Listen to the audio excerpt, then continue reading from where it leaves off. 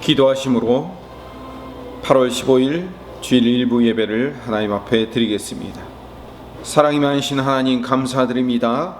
거룩한 주일을 맞이하여 주님 앞에 나와 예배하오니 오늘 우리의 예배를 받으시고 하나님이 우리에게 약속하신 놀라운 은혜를 부어주시는 귀한 시간 되게 하여 주시옵소서. 코로나 4차 대유행으로 말미암아 하나님 많은 사람들이 힘들어하고 더욱 어려워하고 있습니다만 하나님을 의지하고 신뢰하는 사람들에게는 소망과 감사와 기쁨을 허락하여 주시며 우리 마음 가운데 있는 소원들이 이루어지고 회복되는 귀한 역사들이 경험되어지는 시간들 되게 하여 주시옵소서. 오늘 우리가 한 주간 받은 모든 상처와 힘든 일들을 다 주님 앞에 내려놓습니다.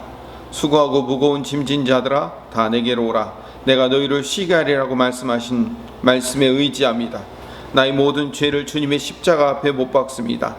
오늘 이 예배를 통하여서 마음과 육체의 상처를 깨끗이 씻어주시며 나의 모든 죄와 악을 회개하오니 용서하여 주시옵소서. 이제 예수님의 보혈의 공로만을 의지하여 은혜의 보좌 앞에 담대히 나아가오니 주님의 의로우심을 덧입혀 주시어 거룩한 성도로 하나님의 백성으로 예배하게 하여 주시옵소서. 예수님 이름으로 기도드립니다. 아멘. 다같이 사도신경으로 우리의 신앙을 고백하겠습니다. 나는 전능하신 아버지 하나님 천지의 창조주를 믿습니다. 나는 그의 유일하신 아들 우리 주 예수 그리스도를 믿습니다. 그는 성령으로 잉태되어 동정녀 마리아에게서 나시고 본디오 빌라도에게 고난을 받아 십자가에 못 박혀 죽으시고 장사된 지 사흘 만에 죽은 자 가운데서 다시 살아나셨으며 하늘에 오르시어 전능하신 아버지 하나님 우편에 앉아 계시다가 거기로부터 살아있는 자와 죽은 자를 심판하러 오십니다. 나는 성령을 믿으며 거룩한 공교회와 성도의 교제와 죄를 용서받는 것과 몸의 부활과 영생을 믿습니다. 아멘. 찬송가 288장 찬송드립니다.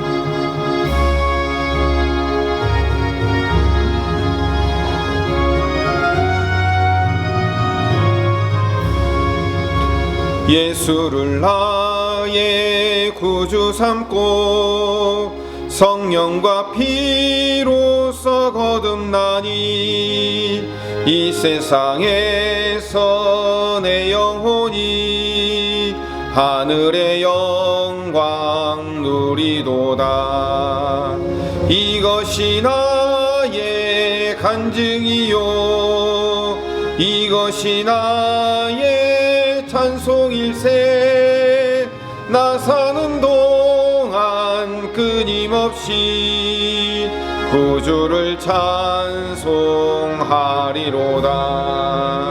온전히 주께 맡긴 내 영 사랑의 음성을 듣는 중에 천사들 왕래하는 것과 하늘의 영광 보리로다. 이것이 나의 간증이요 이것이 나의 찬송일세. 나 사는 동안 끊임없이 구주를 찬송하리로다. 주 안에 기쁨 누림으로 마음의 풍랑이 잔잔하니 세상과 나는 간 곳 없고 구속한 주만 보이도다. 이것이 나의 간증이요 이것이 나의 찬송일세. 나 사는 동안 끊임없이 구주를 찬송하리로다. 아멘.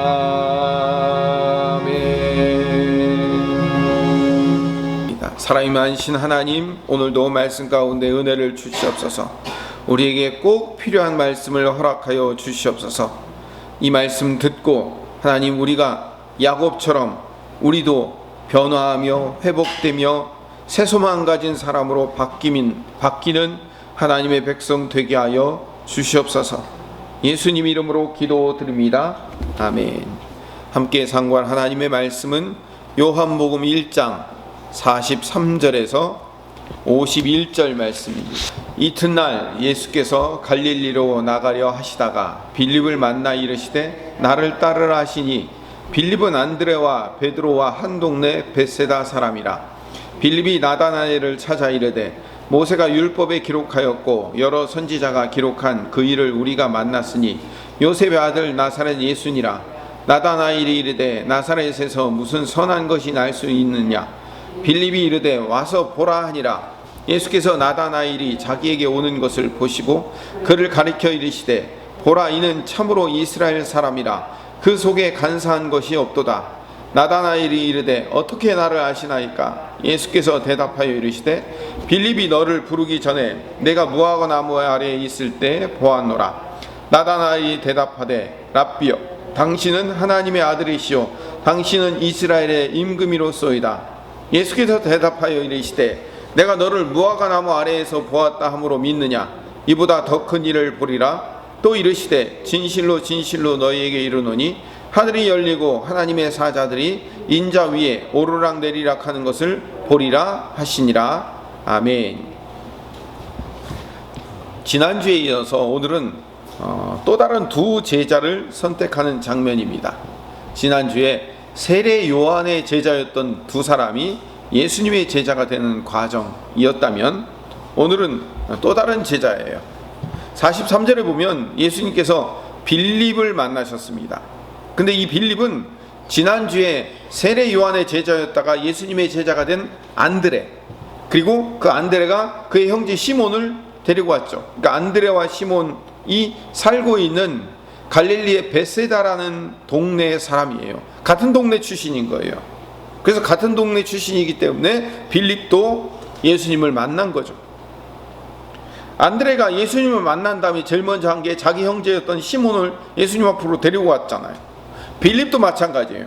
빌립도 예수님을 만나고 안드레랑 똑같이 친구 나다나엘을 예수님에게 데리고 온 거예요. 그래서 나다나엘에게 예수님을 소개했어요. 그러니까 빌립과 안드레의 공통점은 뭐냐면 예수님을 메시아로 소개한 거예요. 안드레가, 지난주 이야기예요. 안드레가 형제 시몬에게 우리가 메시아를 만났다라고 얘기했거든요. 오늘 빌립도요, 자기 친구 나다나엘에게 45절에 보니까 모세가 율법에 기록하였고 여러 선지자가 기록한 그 일을 우리가 만났다라고 얘기해요. 모세가 율법에 기록하였고 여러 선지자가 기록한 그 이가 누구예요? 메시아죠. 그러니까 처음에 안드레가 자기 형제 시몬에게 메시아 만났다 한 이야기와 오늘 빌립이 자기 친구 나다나엘에게 모세가 율법에 기록하였고 여러 선지자가 기록한 그 이는 같은 사람이에요. 같은 메시아를 만났다라고 이야기하는 거죠. 이 공통점이에요. 근데 이제 나다나엘이 빌립의 전도를 받고 야, 우리가 메시아 만났어 라고 빌립의 전도를 받았어요. 그러자 46절에 이렇게 얘기합니다. 나사렛에서 무슨 선한 것이 날 수 있느냐라고 얘기해요. 나다나엘을 포함한 대부분의 유대인들은 아마 이런 선입관을 갖고 있었을 거예요. 미가서 5장 2절에 보면 베들레헴 에브라다야, 너는 유다 족속 중에 작을지라도 이스라엘을 다스릴 자가 내게서 내게로 나올 것이다 라고 얘기해요. 그래서 이 유대인들은 메시아는 베들레헴 출신일 것이다, 또는 예루살렘 출신일 것이다 라는 것을 기대하고 있었던 거죠. 갈릴리라는 지방 안에 나사렛이라는 동네도 있고, 그리고 벳세다라는 동네라도 있고, 가버나움이라는 동네가 있고, 그 동네들이 있는 거예요. 그 동네들이 한 30여 가구, 한 150명 정도가 사는 동네예요. 한 동네. 근데 이 동네들 하나하나가 이렇게 작은 동네인데, 그 아주 작고 가난하고 초라한 그 시골 마을로 이루어진 그 촌동네 출신이 어떻게 메시아가 될 수 있느냐, 이런 얘기를 하는 거죠. 그게 이제 유대인들의 선입관과 편견을 그대로 나다나엘이 이야기를 하고 있는 거예요. 그러나 예수님은 마지막 십자가에 매달리는 순간까지 예수님 자신을 나사렛 예수라고 불리우셨어요. 촌동네 출신으로 사신 거예요. 요한복음 19장 19절에 보면 빌라도가 패를 써서 십자가 위에 붙이니 나사렛 예수 유대인의 왕이라 기록되었더라. 예수님이 십자가에 돌아가실 때도 팻말에 뭐라고 붙였다고요? 나사렛 예수 유대인의 왕, 이렇게 기록되어 있는 거예요. 예수님 부활하신 다음에 나면서부터 못 걷는 사람을 예수님의 제자 베드로와 요한이 일으켜요. 그때 사도행전 3장 6절에 베드로가 뭐라고 얘기하는지 아십니까? 베드로가 이르되 은과 금은 내게 없거니와 내게 있는 것을 내게 주노니 나사렛 예수 그리스도 이름으로 일어나 걸어라 라고 얘기해요. 그래서 우리는 지금도 예수님을 어떻게 불러요? 나사렛 예수라고 부르죠. 그래서 우리가 무슨 일을 하거나 아니면 기도를 하거나 할 때 나사렛 예수 그리스도 이름으로 명하노니 이렇게 얘기하잖아요. 그 나사렛이 바로 촌동네를 의미하는 거예요. 제가 시골에 태안군 부성면 가사리에서 살았었어요. 저를요 가사리 김성민, 부성면 김성민 이렇게 부를 수 있는 거잖아요. 그런 느낌인 거예요. 말씀이시며 창조주이시며 생명의 빛으로 이 땅에 오신 그 창조주이신 분이, 전능자이신 분이 얼마나 낮아지시어 이 땅에 오셨는가를 보여주고 있는 거예요. 나사렛 예수라는 말이. 왕으로 오지 않고 나사렛이라는 아주 시골 촌동네 출신의 목수의 아들로 오셨다는 거예요. 이거는 하나님께서 우리를 위해서 얼마나 낮고 낮은 자리로 오셨는가를 보여주는 거예요. 하나님의 역설이라고 부르는 거예요. 하나님의 자녀이며 성도인 우리도 스스로 마음이 낮고 작아져야 된다는 것을 가르쳐주고 있는 거예요. 그래서 예수님이 산상수훈에서 제일 먼저 심령이 가난한 자가 복이 있다라고 말씀하셨어요. 자기를 낮추는 자가 큰 자다라고 말씀하고 있잖아요. 어린아이와 같은 자가 하나님 나라에 들어갈 수 있다라고 얘기해요. 이 모든 것을 예수님 당신이 친히 가르쳐 주시고 계셔요. 나사렛 출신으로 오셨다는 것에 대해서. 그래서 예수님께서 가지고 오신 이 땅에 펼쳐놓은 하나님의 나라에 들어갈 수 있는 자들이 제일 먼저 낮고 처단 자들이 먼저 그 하나님 나라에 놓고 한 거예요. 세리, 창녀, 병자들, 죄인들, 문둥병자들. 유대인의 입장에서는 정말 낮은 자라고 생각하는 자들이 하나님 나라에 맨 먼저 문을 두드렸다니까요. 반대로 오히려 자기 스스로를 높아지기를 원했던, 성문 앞에서 손을 들고 기도했던 그런 서기관들과 바리새인들을 향해서 예수님이 책망하셨잖아요. 주님은 상한 갈대를 꺾지 않으시고 꺼져가는 심지를 끄지 않으시는 그 우리의 하나님은 나를, 이 작고 초라하고 불쌍한 나를 불쌍히 여기셔서, 긍휼히 여기셔서 선택하여 나를 구원하셨거든요. 그래서 우리는요 세상과 비교할 필요 없어요. 세상과 비교해서 작고 초라한 자라고 낙담할 필요가 없다고요. 예수님이 우리를 작고 초라하고 불쌍하고 낮은 우리를 불러서 우리를 하나님의 백성으로, 자녀로 만들어 사용하고 계시기 때문에 그런 거예요. 세상의 가치로 평가하지 말고 우리는 하나님 나라의 가치로 평가해야 돼요. 예수님이 전한 이 하나님의 나라는 세상과 전혀 다른 가치 기준을 가지고 있다는 것을 알아야 돼요. 저는 이렇게 묵상하고 있어요. 천국은요, 지난번에 말씀드렸지만 얼마나 내 이름이 높여지고 들어가는가, 천국은 얼마나 내 이름이 높여지고 얼마나 내 이름이 드러나는가, 그걸 가지고 평가받는 나라가 아니에요. 하나님의 나라는 얼마나 나를 낮추고 겸손하게 살았는가로 평가받는 나라예요. 그게 하나님의 나라인 거죠. 그걸 누가 제일 먼저 가르쳐 주셨다고요? 나사렛 예수께서 제일 먼저 당신의 삶으로 가르쳐 주신 거예요. 그래서 나다나엘이 처음 고백했던 이야기, 어떻게 나사렛이라는 촌동네에서 메시아가 날 수 있습니까? 이거는 전혀 다른 이야기예요. 하나님 나라의 가치관과 반대되는 이야기를 말하고 있는 거죠. 다시 본문으로 돌아와서 빌립의 전도를 받고 이 나다나엘이 예수님 앞으로 나가요. 친구가 메시아를 만났다고 하니까 진짜인가 싶어서 한번 가본 거죠. 47절에 예수님께서 나다나엘에게 이렇게 말씀하십니다. 보라, 이는 참으로 이스라엘 사람이라 그 속에 간사한 것이 없도다 라고 얘기해요. 보라, 이는 참으로 이스라엘 사람이라 그 속에 간사한 것이 없도다. 이 말이 무슨 말이냐면 나다나엘이 정직하고 참된 사람이라고 평가하고 칭찬한 말이 아니에요. 아, 나다나엘은 간사한 것이 없는 참된 이스라엘 사람이구나. 예수님은 그런 참된 사람을 당신의 제자로 뽑으셨구나. 그러므로 우리는 나다나엘처럼 참된 하나님의 이스라엘 사람이 되어야 되며 간사한 마음이 없는 사람이 되어야 우리가 구원받고 예수님의 제자가 될 수 있구나. 이렇게 들으면 안 되는 거예요.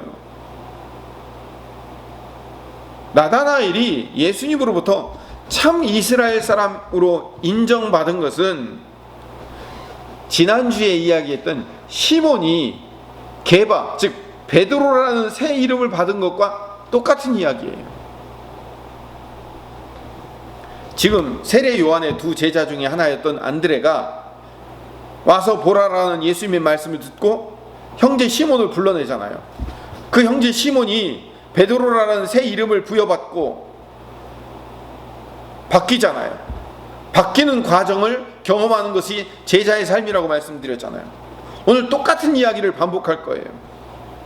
안드레의 고향 친구였던 빌립이 예수님을 처음 만나고 자기 친구인 나다나엘을 와서 보라라고 불러내요. 똑같아요. 그리고 그 나다나엘을 예수님께서 참 이스라엘 사람이며 간사한 것이 없는 사람이다 라고 인정해 주시는 것, 이거는 시몬이 베드로라는 이름으로 바뀔 것이다 라는 말과 똑같은 말이에요. 제자 삼는 사역의 의미가 이거예요. 예수님께서 그런 사람으로 너를 변화시켜 줄 것이다, 이걸 지금 얘기하고 있는 거예요. 예수님께서 이 나다나엘을 인정해 주신 너는 참 이스라엘 사람이고 간사한 것이 없도다 라는 말도 예수님이 처음 하신 말이 아니에요. 구약에서 가져온 말입니다. 어디서 가져온 말이냐면 시편 32편 1편 1절 2절에 나와요. 제가 읽어보겠습니다. 허물의 사함을 받고 자신의 죄가 가려진 자는 복이 있도다. 마음에 간사함이 없고 여호와께 정죄를 당하지 아니한 자는 복이 있도다. 이 얘기에서 그 지금 가지고 온 거예요. 예수님이 처음 하신 말씀이 아니에요. 다시 1절에 보면 허물의 사함을 받고 라고 해서 허물에서 사함을 받다라는, 이 사함을 받다라는 말은 히브리어로 나사라는 말인데 이게 가지고 오다라는 얘기예요. 허물을 가지고 가는 거예요. 주권자이신 분이 이 인간의 허물을 가지고 가버리는 거예요. 지난주에 얘기했잖아요. 세상 죄를 지고 가는 이라고 해서 이 지고 가다라는 말이 뭐예요? 치워버리다라는 말이라고 했죠. 그러니까 세상 죄를 치워버리다라는 말과 똑같은 말이에요. 그게 시편 32편 1절에 허물의 사함을 받다, 그러니까 허물을 가지고 가는 거예요. 예수님께서 이 나다나엘의 허물을 가지고 가시는 거예요. 그리고 죄를 가림받는 자로 인정하시겠다라고 선언하시는 내용이에요. 또 주님께서 마음에 간사함이 없고 정죄당하지 않는 복 있는 자로 세워주실 것이다 라고 예언한 말씀인 거예요. 또 하나 봅시다. 여기에 간사한 것이 없다고 했을 때 간사한 것이라는 헬라어는 돌로스라는 말인데 계교를 부리다, 믿기, 이런 뜻이에요. 계교, 믿기. 여러분, 구약에서 간사함의 대명사가 누굴까요? 야곱이에요. 야곱. 히브리어 이 야코브라는 말은 발꿈치라는 뜻을 갖고 있어요. 발꿈치를 잡는 자. 여기서 파생된 이야기가 뭐냐면 발꿈치를 걸어 넘어뜨리듯이 속여 넘어뜨리다, 이런 말이 아카브예요. 여기 아카브라는 말에서 야곱이라는 말이 나온 거예요. 야곱은요 간사한 사람이에요. 속여 넘어뜨리는 사람이었어요. 아버지를 속이고요, 형을 속이고요, 자기도 삼촌 라반에게 속임을 당하고요, 속고 속이는 인생을 살았어요. 왜 야곱이 이렇게 속고 속이는 인생을 살았을까요? 야곱은요 원래 복을 받기로 작정된 사람이었어요. 태어날 때부터 큰 자가 어린 자를 섬기리라 라고 어머니 라헬을 통해서 예언을 받았어요. 근데 야곱은요 하나님께서 주실 복, 그 복을 자기의 힘으로 가지려고 평생 애쓴 사람이에요.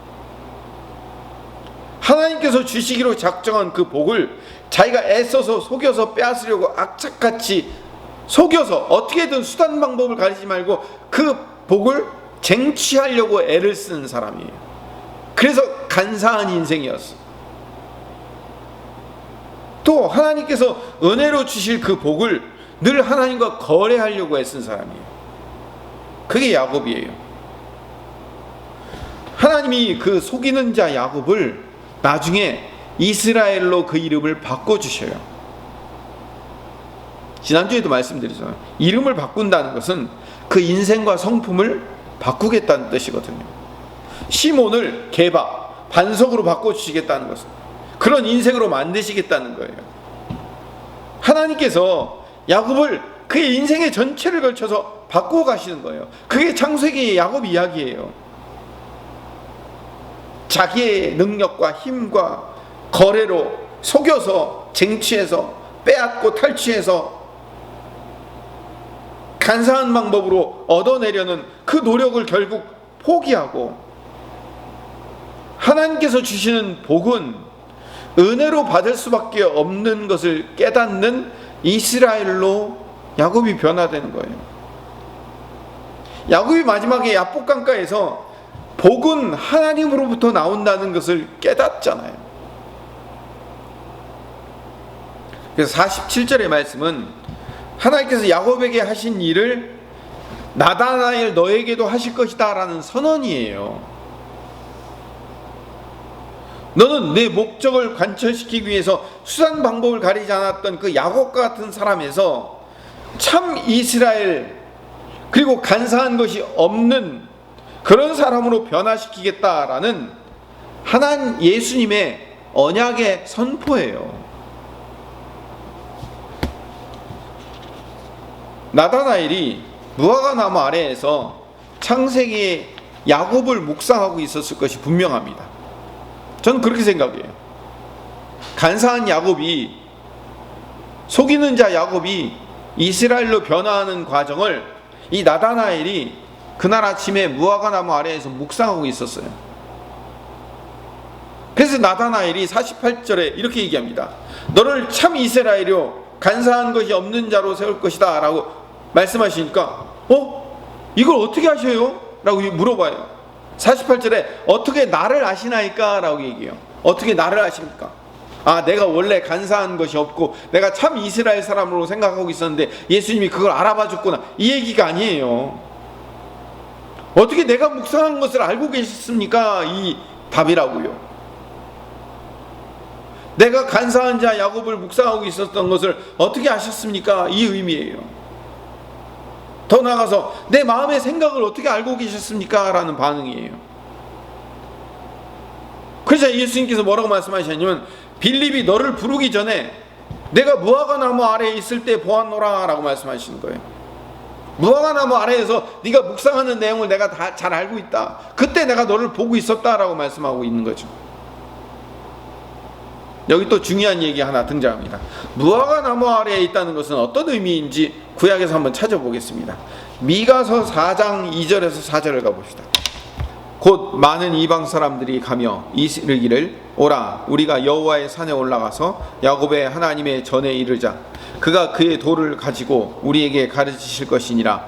우리가 그의 길로 행하리라 하리니 이는 율법이 시온에서부터 나올 것이요 여호와의 말씀이 예루살렘에서부터 나올 것임이니라. 그가 많은 민족들 사이에 이를 심판하시며 먼 곳 강한 이방 사람을 판결하리니 무리가 그 칼을 쳐서 보습을 만들고 창을 쳐서 낫을 만들 것이며 이 나라와 저 나라가 다시는 칼을 들고 서로 치지 아니하며 다시는 전쟁을 연습하지 아니하고 각 사람이 자기 포도나무 아래와 자기 무화과나무 아래에 앉을 것이라. 그들을 두렵게 할 자가 없으리니 이는 만군의 여호와의 입이 이같이 말씀하셨느니라. 4장 1절 위에 보면 제목이 뭐라고 쓰여져 있습니까? 여호와께서 이루실 평화라고 쓰여져 있죠.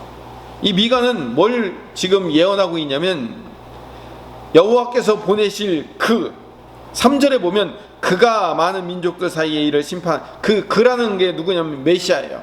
여호와께서 보내실 그 메시아가 이룰 회복과 평안에 대한 말씀을 예언하고 있었던 중간이거든요. 나다나엘이 메시아가 오셔서 이룰 참된 회복과 평안을 갈망하며 기대하면서 메시아가 오실 것을 무화과 나무 아래에서 기도하고 있었어요. 이게 무화과 나무 아래에 있었다라는 말씀이에요. 4절 보면 각 사람이 자기 포도나무 아래와 자기 무화과 나무 아래에 앉을 것이라 라는 얘기예요. 회복이 일어날 것이다 라는 말씀인데, 이 회복이 일어날 것이라는 이 말씀을 유대인들이 이제 여기서부터 이제 저를 보세요.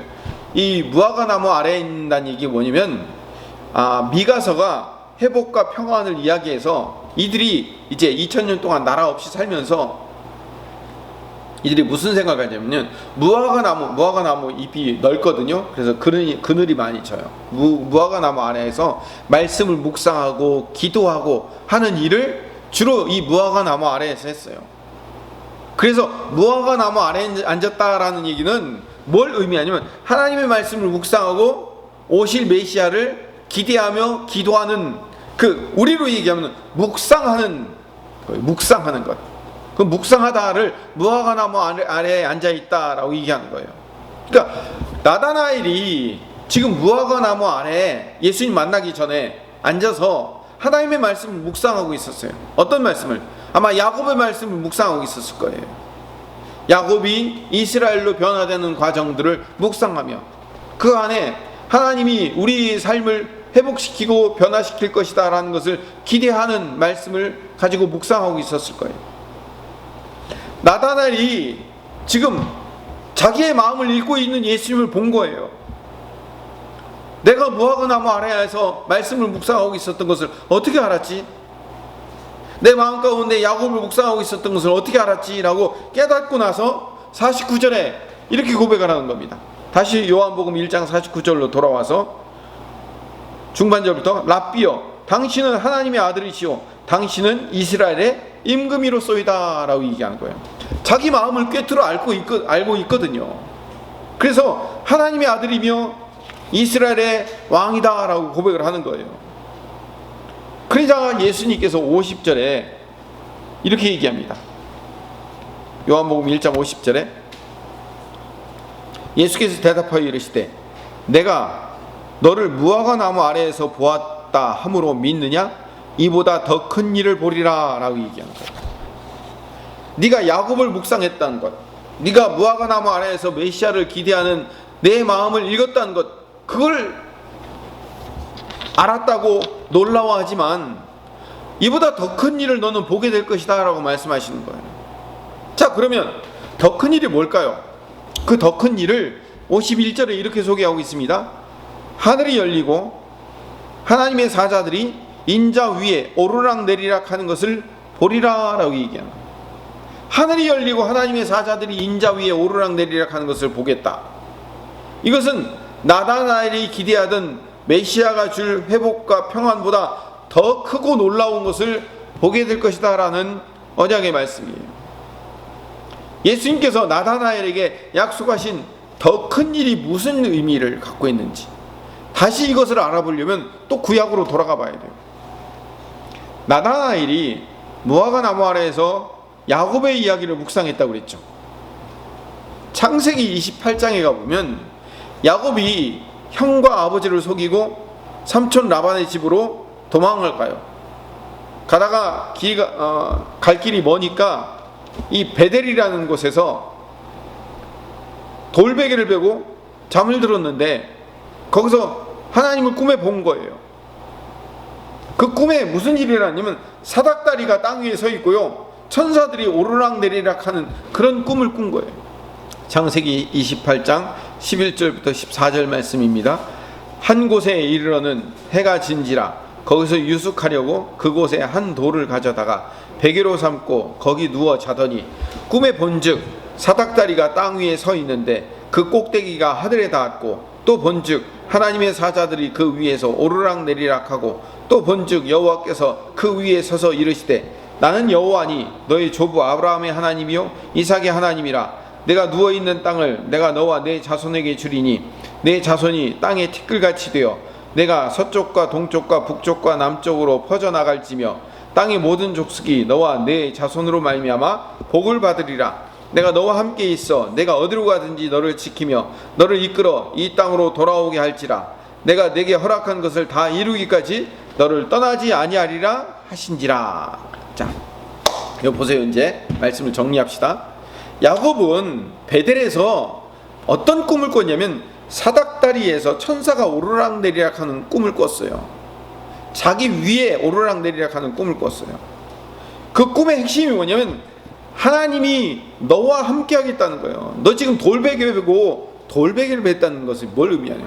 벨 것이 아무것도 없다는 얘기잖아요. 그러니까 빈털터리로 아무것도 없이 가고 있는 네 인생을 내가 책임져서 네 할아버지 아브라함, 네 아버지 이삭이 받았던 그 복을 너도 계속 이어서 받는 그런 사람으로 내가 너를 만들어 줄 것이다 라는 언약의 꿈이란 말이에요. 내가 너와 함께 하겠다. 임마누엘의 하나님을 지금 만나고 경험하는 거예요. 너 지금 속이는 자로 아버지 형 속이고 지금 도망가는 처지밖에 안 되지. 근데 내가 너를 반드시 아브라함과 이삭이 받는 그 언약의 복을 이어나갈 존재로 너를 바꿔내고 너를 그런 존재로 세워내겠다라는 하나님의 약속이 거기에 담겨져 있는 거예요. 그래서 사닥다리에서 천사가 오르락내리락 하는 꿈을 소위 뭐라고 부르냐면 야곱의 사닥다리라고 불러요. 이걸 또 다른 말로 베델의 언약이라고 부르는 거예요. 이 야곱의 사닥다리는 뭐냐면 한마디로 하나님과의 교통, 하나님과의 교제, 하나님과의 함께 하심의 증거가 내 위에 있을 거라는 얘기예요. 하나님과 야곱을 잇는 다리예요. 다리. 그 다리가 네가 이 베델로 돌아오는 순간까지 그 다리가 끊어지지 않을 것이다, 이 약속을 하는 거예요. 그러니까 예수님께서 니고데모에게 더 큰 것을 보리라 라는 말씀은 뭐 네가 천상의 영적인 어떤 세계를 경험하며 뭐 환상을 경험하며 그 얘기가 아니에요. 지금 애초에 처음에 니고데모가 무화과 나무 아래서 뭐 묵상했다고요? 간사한 자 야곱을 묵상했다고 그랬죠. 지금 야곱을 묵상했기 때문에 예수님은 지금 야곱 묵상하고 있는 그 야곱 얘기를 계속 처음부터 끝까지 일관되게 하고 계시는 거예요 지금. 그래서 지금 야곱을 묵상하면서 베델의 이야기도 묵상하고 하면서 쭉 그 말씀을 읽고 묵상하는 과정 가운데 뭐 하는 거예요? 아, 야곱의 사독다리 이야기도 알고 있으니까 예수님께서 니고데모에게 더 큰 것도 보리라는 그 말씀의 뜻은 니고데모 너도 야곱처럼 야곱의 사다리의 꿈을 보게 될 것이고 하나님께서 너와 함께 하시는 그 임마누엘의 언약이 너에게 성취될 것이다 라는 말씀을 하고 있는 거예요. 그러니까 나다나엘은 자기가 묵상하고 있었던 그 야곱처럼 예수님께서 네가 제2의 야곱이 될 것이다 라고 말씀하시는 내용이에요. 네가 무화과 나무 아래에서 묵상한 그 야곱처럼 너 지금 갈릴리 시골의 벳세다의 어부 출신이지. 그러나 예수님을 만났기 때문에 메시아이신 진짜 메시아이신 예수님을 만났기 때문에 네 인생을 변화시켜서 온 세상에 놀라운 예수님의 복음을 전하는 사도로서의 사명자로 너를 바꿔주실 것이다라는 약속의 언약이란 말이에요. 시몬을 그 이름을 베드로로 게바로 바꿔준 것처럼 오늘 야곱과 같은 인생을 이스라엘로 바꿔준 것처럼 니고데모의 인생을 12사도의 인생으로 바꿔주겠다는 거예요. 하나님이 지금 그 얘기하고 있는 거라고. 야곱의 사닥다리의 꿈의 언약의 의미가 뭐냐면 하나님의 임마누엘을 하시겠다. 하나님께서요, 야곱을 결국 하나님의 사람으로 만들어내는데 20년이 걸려요. 근데 그 20년 동안 하나님의 열심과 고집과 집념이 그 안에, 야곱 안에 담겨져 있어 그 야곱의 인생을 결국은 고쳐내시는 거예요. 방금 얘기했잖아요. 야곱이 베델의 언약대로 베델로 다시 돌아오는데 20년 걸려요. 야곱이 20년 동안 하나님이 야곱의 인생 가운데 하신 일이 뭐냐면, 아까 처음에 말씀드린 대로 야곱은 원래 하나님께서 은혜로 복을 주시기로 작정한 자였어요. 근데 그가 그의 인생을 어떻게 했다고요? 속고 속이는 인생을, 그걸 빼앗고 속고 차지하고 악착 같은 삶을 살았다고요. 하나님과 복을 거래하는 인생이 되었어요. 끝까지 그 모은 재산을, 20년 동안 모은 재산을 형 앞에 쪼개서 나눠가면서 한쪽이 형한테 당하면 한쪽은 피할 것이다 라고 끝까지 머리 쓰는 거예요. 자기의 아들들과 자기의 부인들을 전부 다 쪼개서 앞으로 내보내고, 자기는 결국 야복강을 건너지 않고 혼자 남아가지고 하나님과 씨름을 하죠.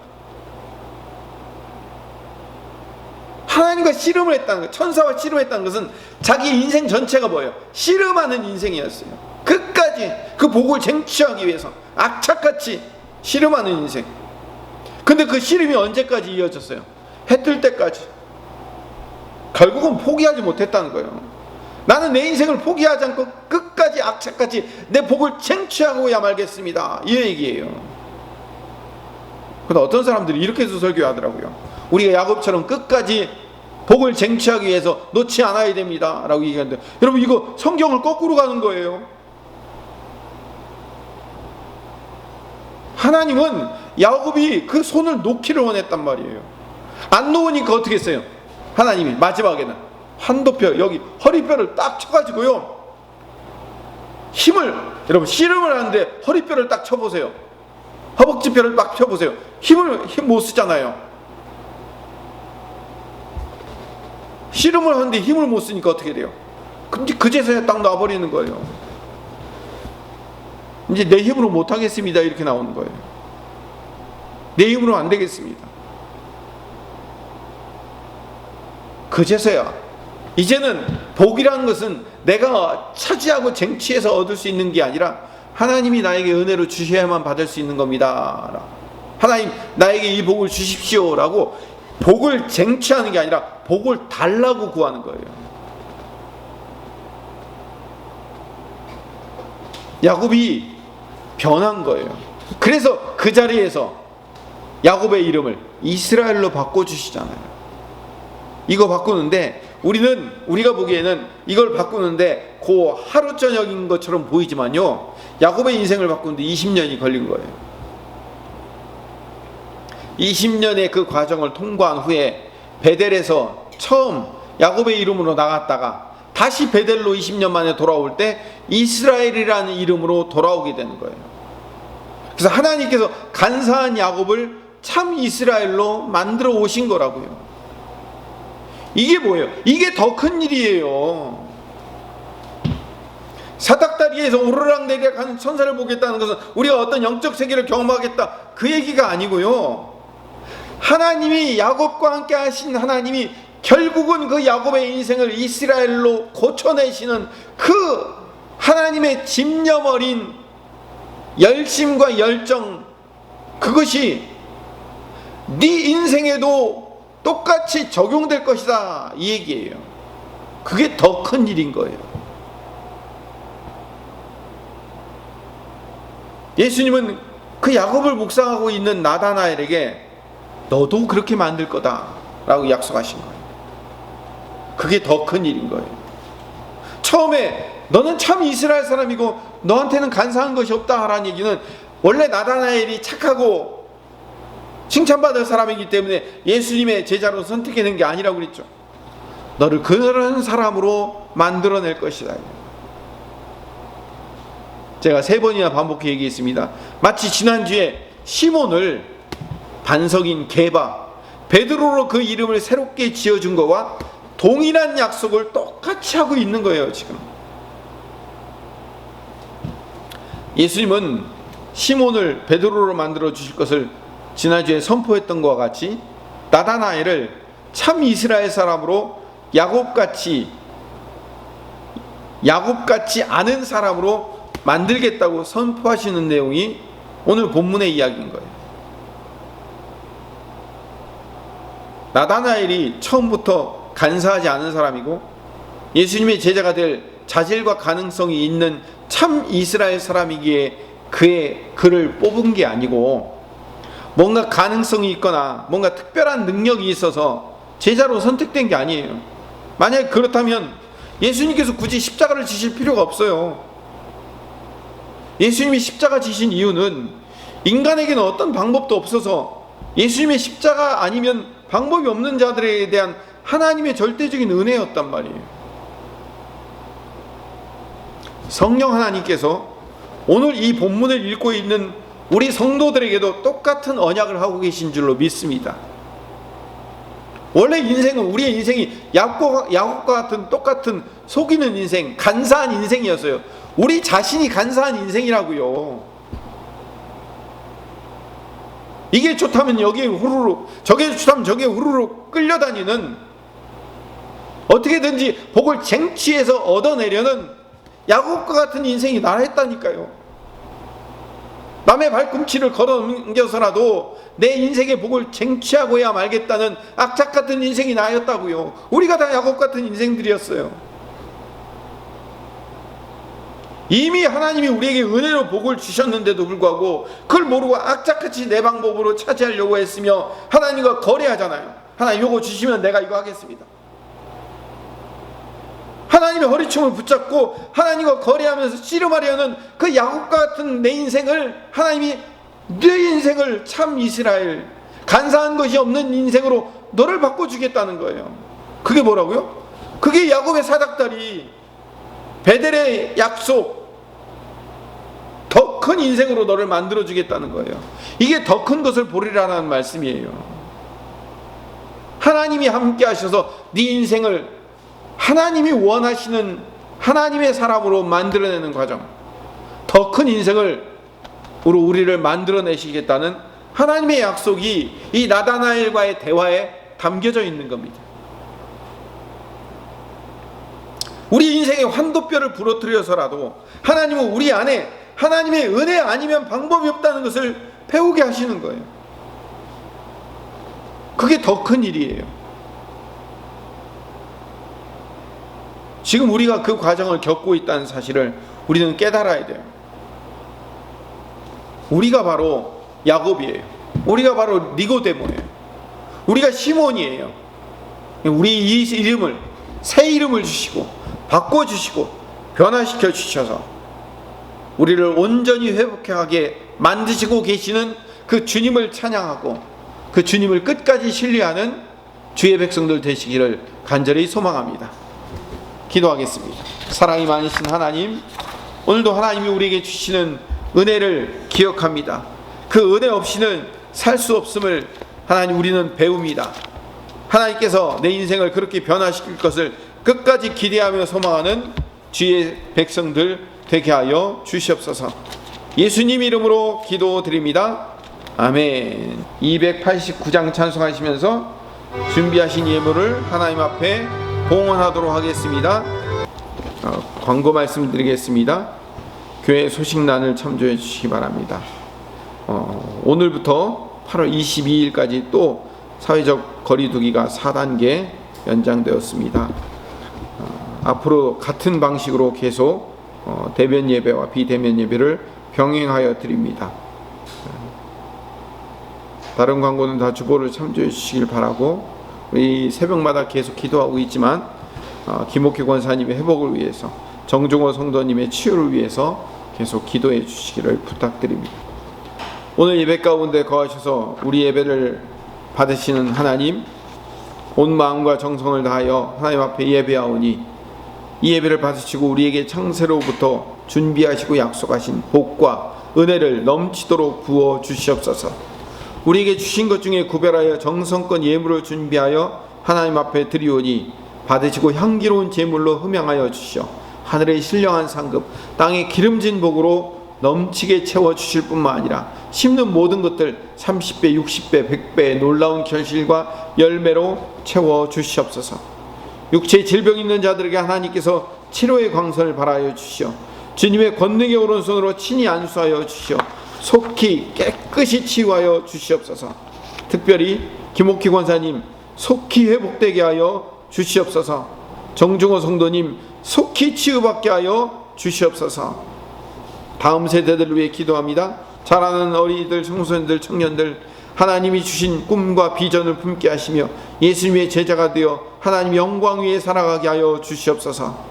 우리 자녀들의 일상과 비전을 인도하여 주시어 원하는 학교, 적성에 맞는 직장과 사업, 하나님이 주시는 멋지고 아름다운 배우자, 결혼, 가정, 적절한 자녀들을 허락하시며 주님이 주인 되는 건강한 자녀들의 가정 되게 하여 주시옵소서.